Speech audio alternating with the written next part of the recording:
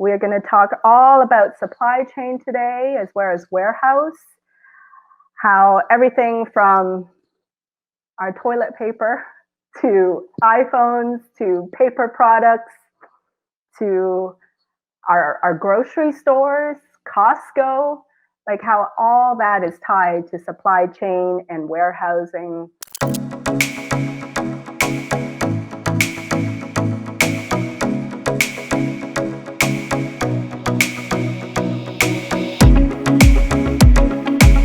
How's everyone doing today? Today we're going to be talking with Richard Seel, and I'll introduce him a little later and tell you all about it. But the topic of the day is the impact of supply chain on our day-to-day life. Because at no other period is it more evident than now how important our supply chain is and how we're all connected together. We're going to talk all about supply chain today, as well as warehouse, how everything from our toilet paper to iPhones to paper products to our grocery stores, Costco, like how all that is tied to supply chain and warehousing and all that. So we're going to talk to Richard Seel, and I'm going to bring him on in just a few minutes. So today's topic is the impact of supply chain on our day-to-day life. And I'm going to be joined by a wonderful colleague of mine that also works at Delaware Consulting, who I support in their hiring as well as their employer branding. And Delaware is a SAP consulting firm. So I'm going to bring on my guest now. So everyone, please help me in welcoming Richard Seel to my LinkedIn Live. Welcome, Richard. Hi, Fanny. Thank you very much for inviting me today. It's an absolute pleasure. My pleasure. So for those of you that don't know Richard, I just want to read you this quick bio of his. Richard is currently the Managing Director for Delaware Consulting, a global SAP consulting organization.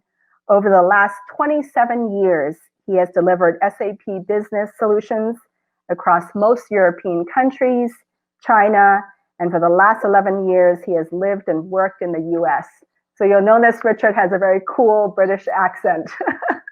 You'll look a lot more civilized than mine. And he specializes in supply chain solutions in the food and beverage industry, automotive, as well as the aerospace industries. And he's worked for global companies such as Kraft Foods, Dr. Pepper, Carlsberg, and the Boeing Company. So Richard, welcome. Thank you so much for joining me. Thank you, Fanny. It's a pleasure to be here this afternoon. Yeah. Actually, I just realized, we should tell people, just in case they don't know what SAP is. What would you say in a short form what SAP is?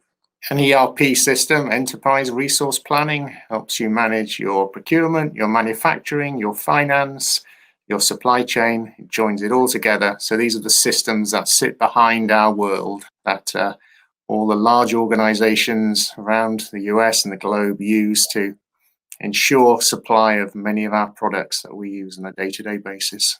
Absolutely. One software to tie them all, right? Absolutely, yes. So Richard, I think we got to starting talking about just how supply chain impacts every part of our lives. And as I got to talk to you more, I realized even at the most minute level, it impacts our day-to-day life. Like we're talking about toilet paper in the news these days. It's ridiculous, and yet it's happening. It impacts every part of our life. I mean, it's everywhere. Everything we buy, there is a supply chain behind us, supplying and moving product from all over the world. I mean, some of the challenges that we've got at the moment is, as you say, with the toilet roll, over the big demand. Everyone started to buy huge amounts of toilet roll and they're storing it in their cupboards at home. Yes. That puts an enormous amount of strain on the supply chain, and that supply chain extends right back. So it goes back to the actual manufacturers of the toilet paper who buy paper, pulp, who then goes right back to, I mean, the forest, the trees. I mean, that's where it all comes from, all recycled paper. So there's Yeah. a huge chain of events. And when you put a huge demand at the front of it and pull more in, that then triggers more manufacturing, more more buying. So Yeah. moving this stuff through the supply chain is a big challenge at the moment. Yeah. And then what happens when, so all the manufacturers are kind of making it, right? Because the demand is so high, everybody's storing it in their homes. Yeah, So we does are it going to meet the end. twin? Yeah. Yeah, we're going to end up with shops that are absolutely full of toilet paper. There's going to be no shortage of toilet paper. The Yeah. demand, the triggers that have happened of these manufacturing companies have started to manufacture more, and they will be moving more through the supply chain, and there will be plenty for everybody. So what other challenges are you seeing in supply chain and warehouse also? Yeah, I mean, some of the real challenges at the moment, and you may have seen these things on the news as well, with the some of the large meat producers. I Yeah. mean, they've in large sort of they've got huge numbers of resources in some of these plants, and we've got this challenge of social distancing. Yeah. So, I mean, being able to operate a manufacturing plant, a warehouse, really need to consider how those resources are going to work in these places. I mean, we've all been to the supermarket now, and we're Yeah. all trying to avoid each other, or we're trying to walk down an aisle in a certain direction. Yeah. We're all standing outside in a line. It all depends on where you are. I mean, these are some of the pictures I've seen back in the UK. Yeah. Trying to manage, imagine you're in a supermarket and you're going around with your shopping cart. It's the same in some of these warehouses. Lots of Mm. people moving past each other, working in very closely together. So Yeah. some of And that some folks are operational getting planning. sick too, right? I mean, at those pork plant, right? Where folks are Exactly. And I getting mean, if sick. people working closely together, Mm. there's a danger of transmitting it. Yeah. So, I mean, a lot of operational thinking, and whether you're using IT systems. I mean, I was talking to somebody this morning about an IT system using artificial intelligence to try and Mm. understand where people are positioned and to be Yeah. able to move people around the warehouse and stay away from each other. So there's lots of challenges, and these challenges are going to continue into the future. They're not going to just solve themselves immediately. Yeah. And even transportation, right? The transportation of goods and everything that's affected our air travel, right? Absolutely. I mean, we're down at what 85% of air traffic is on the ground. Yeah. Um, Yeah. so moving products around the world. I mean, a lot of our supply chains start off in places like China, Yeah. Vietnam. A lot of products and components come over there. So Mm. if you are moving product by ship and by airline or air freight, there's a lot of disruption at the moment, and Mhm. Yeah. we'll talk about it in a bit. But a lot of Yeah. our household items and all our gadgets we use, there are very long supply chains, bring lots of components together. Yeah. And well, even just as far as day to day life, right? Ordering something on Amazon used to have a 2 day turnover and it's, at my doorstep 2 days later. But now it's weeks out, the order. Yeah, weeks out. I mean, Yeah. while they may be able to pick it in the warehouse, Yeah. it might not be in the warehouse. It might have Mm. got delayed arriving to the warehouse. I mean, we got Yeah. to go right back to the manufacturer. So we go back to the person who makes the iPhone, but behind the iPhone there is the components, what are called sub-assemblies, and you work your way down the supply chain, and there can be Yeah. many suppliers putting all these or providing all the parts and the components. Only one of those has to fail, or one of those has to stop shipping or can't ship, then you Yeah. can't put the finished product together. So, Richard, how do you feel that supply chains need to adapt during this period that we're in right now, and even after all this is, well, it could be months and a year before it's all over. How do supply chains need to adapt? I mean, I think we're going to see a lot of organizations and manufacturing firms shrinking their portfolio of products. We're not necessarily going to see the choice on the supermarket shelves, the size, the pack size, the different variations. I think there's going to be a lot of simplification of product portfolios. Yeah. and also considering what the components that have been supplied. We very much depend, and they may shrink the product portfolio based on what they can actually ship and receive to manufacture those parts, Yeah. or they may be just focused in on one particular product group. Yeah. Yeah, for sure. And then you mentioned when we were talking, you talked about like tier one, tier two of supply chains. Tell me more about that again and Yeah, share with so our that audience. yeah, so that's really understanding all the suppliers in a long chain of Mm. companies which pull together products. So I mean, we've got usually at the top of an organization an OEM, and that might be an organization such as an automotive manufacturer. Yeah, They make the car. That's the yeah, finished product. But the car consists of many components, and Ford, GM, they don't make these mm, components, they assemble it. And that's the same with companies like Boeing. Boeing yeah, don't, they make aircraft, they assemble aircraft, but they don't make mm, the components in that aircraft every little necessarily. part. Yeah, And each, as you work your way down the supplier chain, so tier one are the ones below, they may create a dashboard or something that they'll pull together components from tier two, and yeah, then you go down to tier three. And it depends on the length of that supply chain and where that supply chain starts, because often it might mm, start in China, it might start in a yeah, plastics pellet manufacturer in China. So yes, when we're talking about this hierarchy and these tiers, we've got many organizations who may mitigate their risk when they're yeah, doing buying or sourcing. They might buy from two or three suppliers, but ultimately, if they don't understand the chain, they may end up back at the same supplier three or four levels down that hierarchy, who are providing some raw materials into say plastic. And if you have an impact at that end, you could have a ripple effect all the way yeah, up the supply chain yeah, to the for finished sure. product manufacturer. Yeah. Do you see people having to kind of find new suppliers and vendors to work with as a result of that? I think this is a great opportunity. I mean, Mm, to not to not to make light work of all this, but I think there's yeah, a great opportunity to bring manufacturing closer to home. So an extended mm, supply chain mm, across the world is a risk. mm, It's often across the other side of the world because of yeah, price. Decisions are usually made on price when they're pulling these components together. But I think there's a real opportunity to move manufacturing closer to home and to use small and medium-sized manufacturing mm, organizations to create components, parts. So I see this as a great opportunity for people who can really grab this, and yeah, tier two, tier three, and even tier four manufacturers being able to create components. I mean, we've seen the challenges with, I think, was it some masks and some PPE being yeah, manufactured in other countries. I think there's a real opportunity yeah. to bring this back into the US. Well, you wrote an article recently, and one of the things I really respect about you, and one of the things I always tell my audience, as a technology professional, you also write a lot of content, right? You also, contribute to a lot of manufacturing magazines.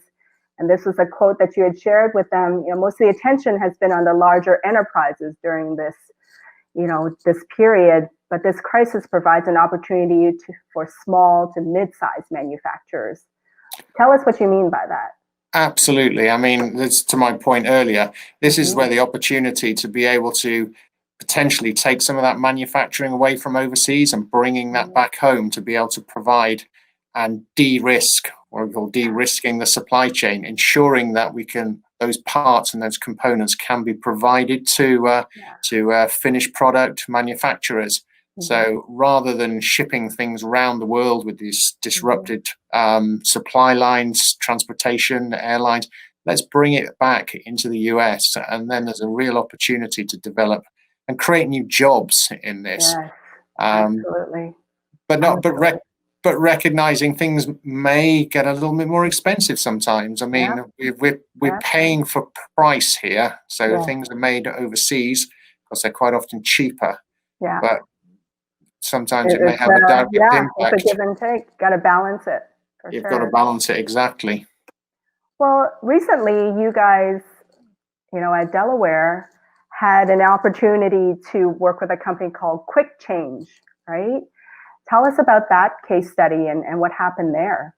Yeah, this is really, I mean, I think quite an inspirational, and anybody Yeah, who's an entrepreneur in this world. yeah. So this is excuse me, this is a small manufacturing company in Mm-hmm. England, Yeah. and the guy that runs this makes cash boxes for banks in the UK. Yeah. He's Yeah. got a good customer base, and he's Mm. been making these cash boxes for a long time. What are these Up cash boxes made of, actually? Just out of I curiosity. think they're plastic, I think, Plastic. Yeah. plastic. They're putting Mm-hmm. coins and things in. Yeah. And so, was it 6 weeks ago, when Mm. the world fell off a cliff? Yeah. His business fell off a cliff. But he saw, and one of the key things here is he saw an opportunity Yeah. because he had a customer base. What he did was not exploit, but he worked with his Mm-hmm. customers. He communicated with his customers Right. and understood was an opportunity. He could use his manufacturing team, his manufacturing site to make sneeze screens. So these are Yeah. large plastic screens which sit on the desk at a bank. So when we walk into the bank and we see the desks Yeah. and the pharmacy, these are screens that go up that they've created to place between the person serving and the customer. So Yeah. he turned this round, and one of his challenges was he really couldn't manage the supply, or he couldn't manage the Mm-hmm. operation. He'd got such a huge demand Yeah. out to his, I think it was 800 customers. He had to Mm-hmm. ship out these screens, and one of the things we Yeah. helped him with was just manage that supply chain and help him Right. operate an efficient ordering, delivery, distribution system to ensure he could meet the Yeah. supply to all these customers. That's it right there on the screen, right? These are the screens that they ended up producing. Yep. So those are the screens, and they've gone into all the UK banks. And interestingly, he's pivoted again. He has now started making face masks. Well, he started making face masks, and he's also shipping hand sanitizer Mm-hmm. and masks for over your mouth. So he's become the distributor to all the banks and other. He got a new customer base as well. He's picked up customers such as pharmacies. It's quite an inspirational story of somebody ensuring he can keep his business operating. Yeah, and he had a lot of the raw materials already, I think, because he was basically taking plastic that was used for the cash boxes and he's used his skills, his raw materials, his skills, his people, and there's a difficult change to do if you've been doing something pretty consistently, and then you've got to pivot to another type of business. But I think it's quite inspirational that somebody has acted at speed very quickly, but the important thing, he has worked with his customers, and I think that's what is going to make the success of businesses. They've got to talk to their customers, maybe look for new opportunities with their customers, not just try and create new markets. Yes, for sure. And now, like, just pivoting a little bit, earlier on we were talking about warehouses and how organizations are going to need to plan their warehouses differently, right? Absolutely. I just touched You're going to be socially distanced, and I mean, just how do you plan that? Yeah, we touched on that earlier. I mean, the great example, if anyone wants to understand what a warehouse is, think of Costco. Yeah. Costco is the closest Very thing. familiar with Costco. It's the closest thing to a warehouse. There are what are called racking pallets. I mean, you look above your head in Costco and you'll see piles of pallets, and you all go along and you pick from the bottom, so piece picking. So you think how you walk around Costco, that's you are doing very much the same as somebody working in Amazon. You're picking small items, you're picking pieces, you're putting them in a shopping cart, and then those items get shipped. Admittedly, there are many warehouses, Amazon warehouses, and a lot of warehouses which are pretty much automated in a lot of ways, stuff moving around on conveyors. But the challenge will be to ensure that people can keep a social distance and how you operate. And say, do you go up one aisle and down the other? and you walk around in a particular path or pattern. Yes. Well, even at my grocery store, they've already put down like arrows in the floors to say this aisle is for down, that next aisle is for up, and so forth. So there's one-way aisles now at my grocery store.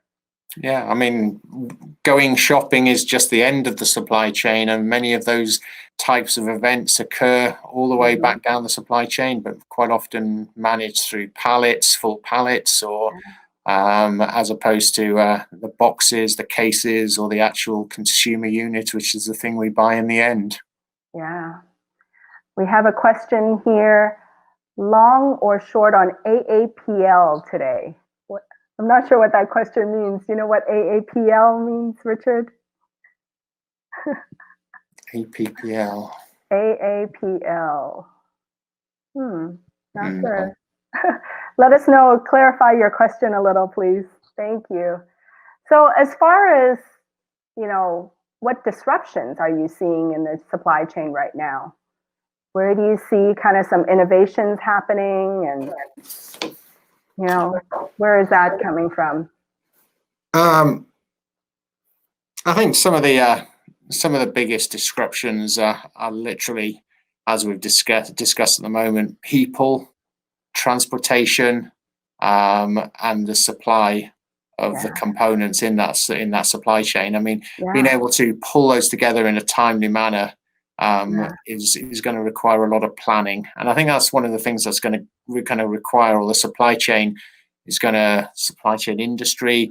There's going to need to be a lot of coordination amongst themselves, and also a lot of planning and understanding where things will come from and where things and how things will move. Yeah.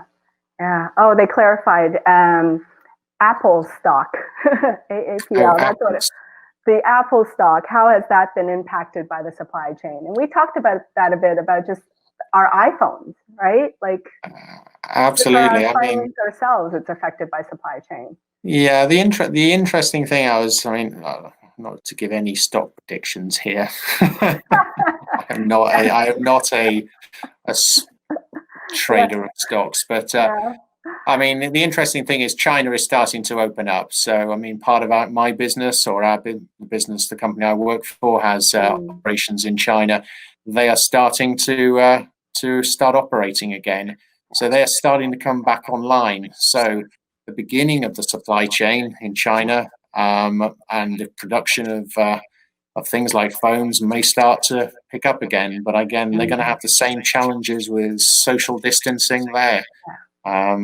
I mean, if anyone's ever been to Shanghai, they'll realize there's a lot of people over there and live very close together. Oh, yes, for sure. So, I mean, that leads us to, like, how are we going to restart after this crisis? Like, what's going to happen?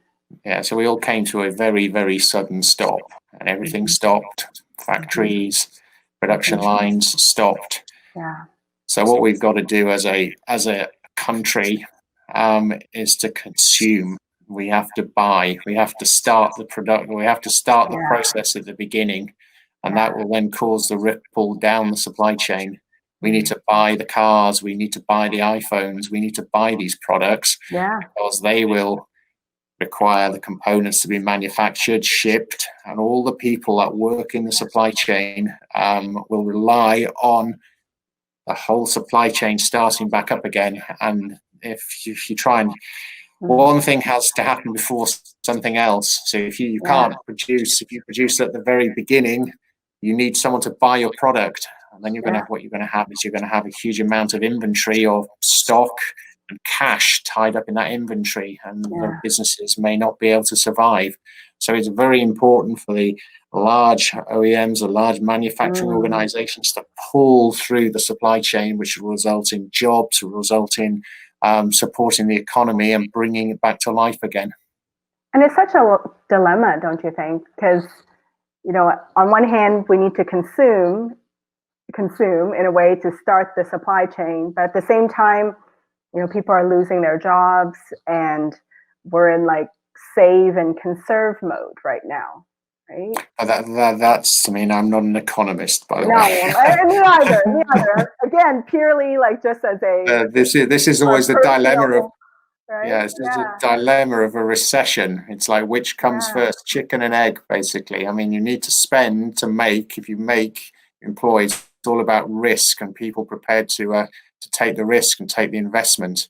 So it is a challenge. And I mean, let's think beyond just products like iPhones. Let's think about services. I mean, yeah, we think we buy a coffee from Starbucks. yeah, Um, there's a lot of people employed in Starbucks, but there's a huge supply chain behind Starbucks as well. Think about a coffee cup. A coffee yeah. cup is made out of paper, has a plastic lid on it. Mhm. That has a long supply chain coming up from paper again. Sure. Coffee comes in plastic bags. Yeah, yeah. It's there are The supply chain impacts every part of our world and environment, and to get it It is. started is going to take quite a lot of effort by everybody, and It is. it's And I think nowhere, like I feel like now more than ever it's so evident how we're like tied together, right? Every action we take, the things that we buy affects a job down the line and affects a production line down the line. Our lives are also like interwoven. in an incredibly complex way, very Mm-hmm. complex, or very Yeah, interwoven. There are so many things that are dependent on everybody else, and the nature of this crisis is, I mean, has brought this thing to an absolute standstill within a fraction of time. yeah, And the ripple effect of that is been disastrous across the yeah, board yeah, and across every step in that chain. And to yeah. try and bring that back up again, I mean, it's anyone's guess what's going to happen. I mean, Right. I'm hoping that I mean, we're all hoping that it does start back up again, and we Yeah, are. I mean, the supply chains affects everybody from I mean, myself in the IT industry. I mean, we work yeah. for these organizations who are Right. manufacturing things. I mean, one of our customers is an automotive customer, makes catalytic converters. They're stopped Yeah, because car businesses yeah. manufacturing has stopped. So the project has stopped. So it's the ripple effects is enormous It across every really is. aspect. So we have a question from Daryl Sorensen. He said, how do we do a better job with getting the PPE where it is needed? Any thoughts on that, Richard? Where it's needed. Mm. Well, I the mean, front line and yeah, fundamentally, first of all, it's got to be manufactured. It's got to be made in a timely, planned manner, which is a mm, little bit disappointing that the the plan to actually store this stuff wasn't there in yeah, the first place. But I mean, distributing it is really understanding and having a plan in place, understand hmm, where it needs to go. Does it need to, which frontline workers? I mean, yeah, off the back foot doing this, there's always seems a little bit chaotic. But with any supply chain, it's about planning. It's about understanding of mm, channels to market. It's understanding the transport. It's understanding the people that will support that process. If that's not done up front, and I think if any lesson we can take from this crisis is the importance of PPE, the yeah, healthcare, the all yeah. the means we're looking at some of We're the nothing without most that, important workers in society, the healthcare professionals. They need to be supported, and for that sure. requires a plan right from the front. Absolutely. And so just switching gears a little bit, I mean, Richard, like all this stuff is just, I think it really makes us think about every activity and every action and every contribution that we have to the supply chain.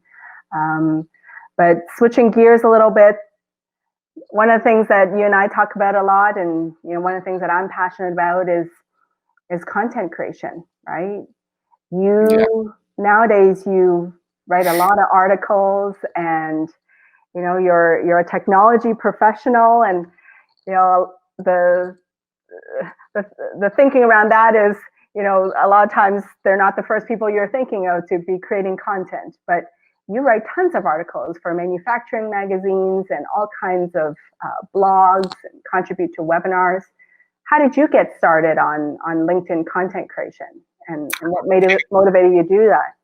I got kicked up the backside by our marketing manager, who said, "You need to do something. You need to get involved." And I was a little bit sort of, okay, I'm not too Mm-hmm. not too Mm-hmm. into this at the moment. I really, I never put my face on LinkedIn. Yeah, I just put my basics, worked here, and I left it. right. And then Yeah, about a year ago, I got involved presenting at SAP's conference. They hold an annual conference, a very yeah, large conference down in Orlando. yeah, And I got presenting there, and that presentation was then transferred into media and then published on LinkedIn. And then we got a marketing agency, and I've spent a lot of time working with those guys, putting content together. And yeah, again, over time, it's the thing. If you don't do it, you're never going to yeah. learn how to do it. You make mistakes. I mean, as I'm doing now, this is the first time I've done LinkedIn Live, so it's You're get doing out, great. get out there and try it. Yeah, You, yeah, you've got to do these things. If you're not doing it, you're not going to get better. I think yeah. it's and creating content. I mean, I have a number of my team I encourage to write. Mm, Though they're not writing magazine articles, I'm getting them to create LinkedIn content, just yeah, that we publish direct onto there under their names. So yeah, I'm getting, and I always say, don't write anything more than 2 pages, 2 pages of yeah, letter, and then we'll stow a few diagrams in, and then we'll get it topped and tailed by the marketing department. So yeah, we've got a sort of a stream of articles which are very relevant for the technology space, yeah. and in particular warehousing and supply chain. But I'm really Mm-hmm. trying to encourage other people to get out there. And I mean, I manage the global supply chain capability, Yeah. uh, and it's just pushing us, and we have a real drive to get content onto Mm, LinkedIn. right. So what kind of advice would you have? Like for people that are hesitant to post or hesitant to put themselves out there, right? Like we're sometimes bounded by fear and, you know, fear of I, what people might think and all that. Like, I think we're in a different world. As I mean, okay, putting aside the COVID crisis we've got at the yeah, moment, we're now in an environment where we've got to use these channels to either create your own personal brand or create a brand or enhance the brand of the company you work for. I do think it requires a little bit of thought on the content you put out there, and I think the time invested in good content yeah, is really important. It's got to try and have some value. It's got to have some insight. yeah, If you can, I mean, it's not just about chucking anything out there. It's about thinking about it, talking to people, using ideas, using experiences. If you talk from the heart, right, sometimes it, for uh, sure. it becomes a lot more valuable, and you demonstrate passion in your content. For sure. Yeah. Yeah. I always tell people like it's not just about your expertise, it's about your values, your strengths, your interests, and then pulling all that together for online content and consumption. Absolutely, Yeah. absolutely. So any benefits you've seen from creating content and posting content, Richard, as a Uh, technology professional? well, yes. I mean, there's a couple of things. I mean, it's actually created a number of opportunities for us, which has been really interesting. People have reached out to us, and we've generated new business and new opportunities from it. But Yeah. I think it's that old adage: as if you're not out there, you've Yeah. become irrelevant in a For way. I sure. think it's about creating a. I mean, whether people have done advertising in the past just through traditional magazines, newspapers, TV, and things, they had to do it to create a market presence. And I think this has Right. become more important as we progress and use technologies and platforms such as LinkedIn. For sure. Well, let me see if there's some folks. Let us know if you have any questions for Richard about supply chain, about warehousing, even just about content creation as a technology professional and as a supply chain professional. Let us know in the comments below. Toger said, great show and topics covered so far. Appreciate that. And somebody said magazines. Well, I guess we mean online publications because these days fewer of us are flipping through publications ourselves. Yeah, I'm referencing the magazines that were, and that's the point, that they're the old. Now we're moving to the newer digital content, right? Exactly. It's but the presence always had to be there. If you didn't have a presence, you've got to grow and keep that presence. For sure. So, Richard, as we kind of wrap up the show, any final words or final thoughts or final advice you have around, supply chain and how, advice and hope that you would give to manufacturing companies? I'm hoping we can get back to a lot of the ways we were doing. I mean, I think we're going to be changing some of our habits, and some of the ways we used to operate before are going to have to be very different. And I'm hoping that we can pick up the demand at the beginning of the supply chain and ensure we can try and get jobs, we can get manufacturing operations, supply chain, everybody. I mean, that's the hope I've got. I think it's very important for the economy and our own personal well-being as well, which I think is going to be a bit of a challenge in some areas. Yeah, and adaptability, right? You got to be adaptable and find those opportunities and pivot and adjust. Yeah, I think you've got to look at the crisis, and I mean, opportunity comes from a crisis sometimes, and new entrepreneurs, and there'll be new businesses. I mean, there's been examples in the past where some of the biggest organizations that are around us now were created during some of the Depression, the Great Depression and things. So if you go back, I can't remember some of them, but and I mean, I think somebody mentioned Google to me was created in 2000, and was it when the .com crash occurred or something? Don't quote me on that one, but it was another one that was potentially created. So it's, in a way, you've got to look at these things and see if is there an opportunity? Can I do something different? Can I create a new idea? Can I create a new business opportunity? Can I work with my customers? Can I work with my suppliers? Who can I and what can I do different? I think it's I mean, I was trying to explain to my son, basically, who's just graduating. He's going to have to think differently if he wants to try and get a job. He's not going to just turn up and bang on the door, give him a job. He's going to have to be different. He's going to have to think differently. He's going to have to make himself appear different. Yes, for sure. Yeah, I mean, I can't even imagine the crazy times that all the graduates are having to face to come out into this job market right now. You really have to stand out and be different. And I'm telling him to do digital marketing and build himself a brand, which I thought was quite funny. I'm looking for an intern, Richard. Does he want to join? Absolutely. We have a question for Prasad. We both know Prasad from SAP. Prasad. He said, how is smarter supply chain solutions like Industry 4.0 economically viable, especially for small and low profit consumer goods industries? I think that's a very good point. I mean, some of these technologies are quite expensive, but I think I was discussing blockchain with somebody the other day, and blockchain is the way of ensuring a traceability all the way down a chain of events. And many people will associate blockchain with things like Bitcoin and things like that. But there's a real opportunity for certain technologies like blockchain to be used in the supply chain. And whether AI and things, I mean, these things have got to be looked at in a different way now. They've got to be, rather than just the cost, but what are the benefits and what are the ways of reducing risk within that supply chain?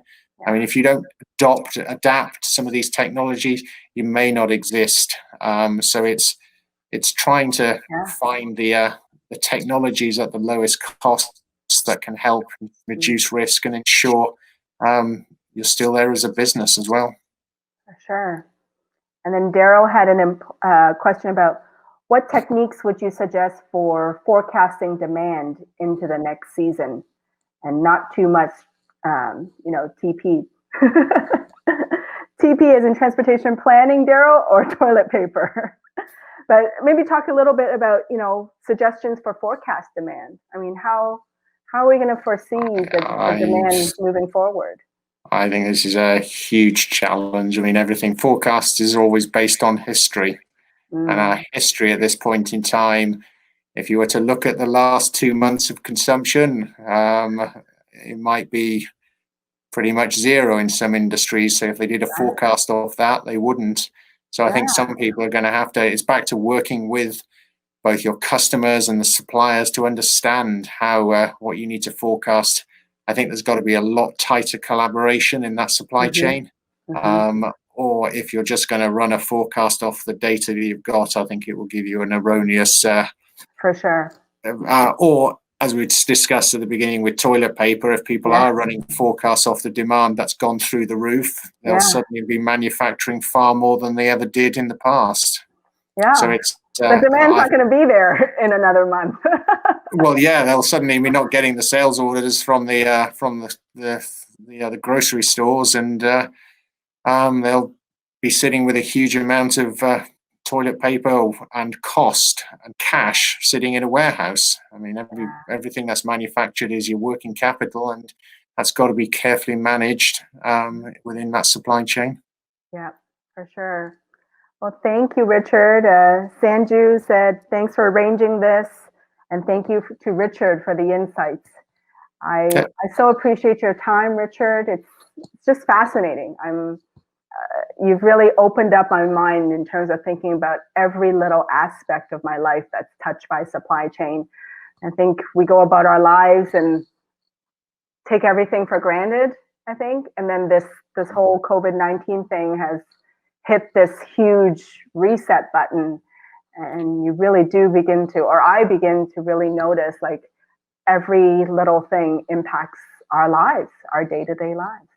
Absolutely. I mean, supply chain is around us, and I think we take it for granted. And there's a lot of people that work in these businesses, from Amazon to bringing Prime products to our door, to delivering products to Starbucks, to delivering anything and everything.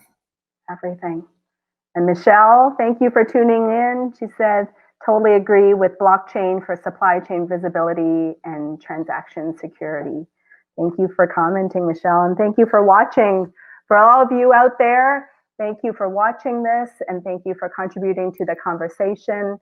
I hope we've kind of given a little pause in your life today to just think about all the things that we have and all the things that we are thankful for. Right? I think we took a lot for granted. I took a lot for granted, and I think it's a great way to just kind of take stock and be thankful these days as well. Yeah. So thank you, Richard. Thank you for your time. All right. Thank you very much, Fanny. Appreciate it, and stay safe. You too. Bye-bye. Thank you. Bye. So I appreciate you tuning in. Thank you for watching. I hope I created some value for you folks with Richard today. And I'll see you next Thursday at 4 p.m. Central. Thank you. Bye now.